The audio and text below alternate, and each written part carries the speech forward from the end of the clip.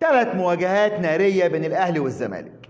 بعد ما حددت رابطة الأندية مواعيد مباريات الأهلي والزمالك في الدور الأول والثاني من الدوري المصري، أصبحنا أمام ثلاث مواجهات نارية ما بين قطبي الكرة المصرية.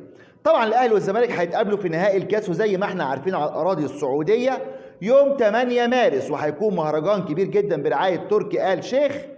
وهنشوف بقى نادي الزمالك في شكله الجديد بعد الانفراجه الاخيره والصفقات اللي عملها وانتداب النجم عبد الله السعيد وناصر ماهر ونجوم كتير جدا، بالاضافه طبعا للحرس القديم شيكابالا وزيزو، والكل بيحلم يشيل الكاس في السعوديه. كمان النادي الاهلي واللي بقاله فتره غايب محليا بيحلم لاعبين ان هم يحصلوا على بطوله كاس مصر ويرجعوا بكاس مصر من الاراضي السعوديه. مباراة قوية على الأبواب بتنتظرها كل جماهير الكرة المصرية. نروح بقى المباراتين الدوري. المباراة الأولى وهي المؤجلة من الجولة 10 هتكون يوم الاثنين 16/4 الساعة 7 مساء إن شاء الله.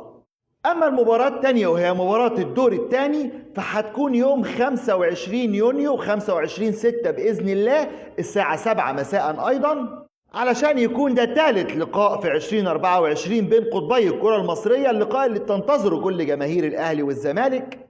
وانا على المستوى الشخصي ورغم اني اهلاوي لكني سعيد جدا بالحال اللي عليه نادي الزمالك مؤخرا وبالروح الطيبه اللي بين لاعبي الفريقين. نتمنى نشوف ثلاث مباريات في منتهى القوه والمتعه والاثاره. بالتوفيق للقطبين.